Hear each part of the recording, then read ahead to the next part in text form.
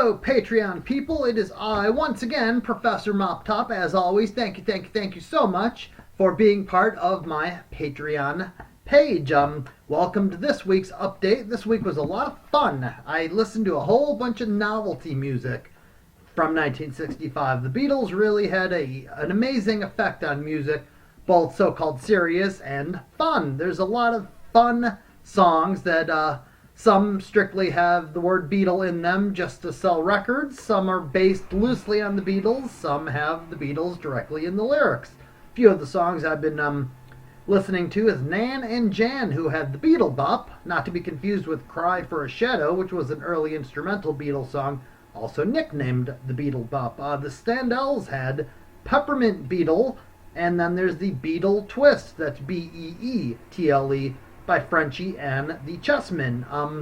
Also in 1965, the Beach Boys were really starting to pay close attention to how they thought that recordings should be made. Brian Wilson and his obsessiveness in getting the harmonies just right on a song called Help Me Rhonda proved to be very successful in 1965. I've also been paying a lot of attention to the Kinks as well as the Supremes, who were very big in 1965. Both of them had stellar years. In your audio this week, in your email, you're all going to be getting 4 hunks of audio. That's 2 parts each of the first 2 songs on the White Album, and I must say there are some very, very interesting topics. Back in the USSR is the first song on the album. It was written in India, and during the recording for it, Ringo up and quit.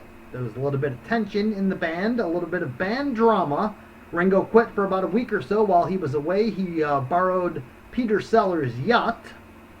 That's what millionaires do, apparently, when they quit their bands. The song itself was written, as I said, in India, and it was partially inspired by Chuck Berry's Back in the USA.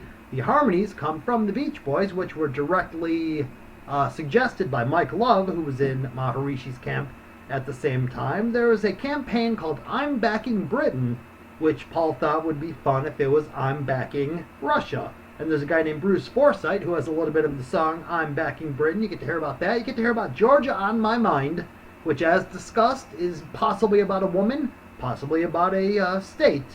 Paul McCartney put it back in the USSR because it's a state in the United States as well as a territory in Russia. That's very clever. Some of the other things that Paul thought about Russia include snow-peaked mountains, wiretaps, and bailalakas, which are those triangle-shaped guitars. Also on Back in the USSR, we have the airplane sound effects. You get to hear a whole lot about that and where they came from.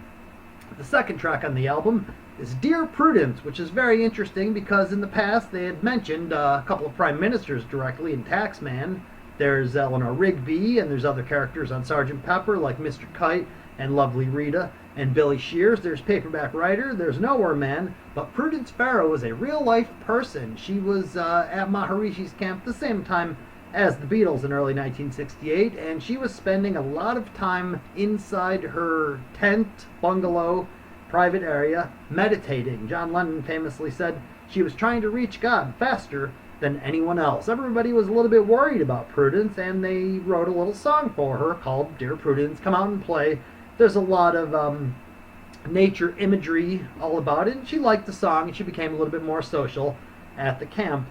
Apparently, when John and George were leaving, they had to kind of get out of there in a little bit of a hurry, and on their way out, George said, hey, we wrote the song about you, we're going to record it on the album. And she was extremely flattered by this. She absolutely loved the fact that the world-famous Beatles not only wrote a song about her, but they wrote such a nice song about her. You get to hear all about that, and you get to hear about the recordings of the song, which feature Paul McCartney again on drums. He replaced Ringo while Ringo was away on both tracks. If you listen real closely to the tracks, you can tell they're not quite up to the usual Ringo standard. At any rate, be looking for your WeTransfer invites. Thank you as always. Have a wonderful week. I'm Professor Moptop.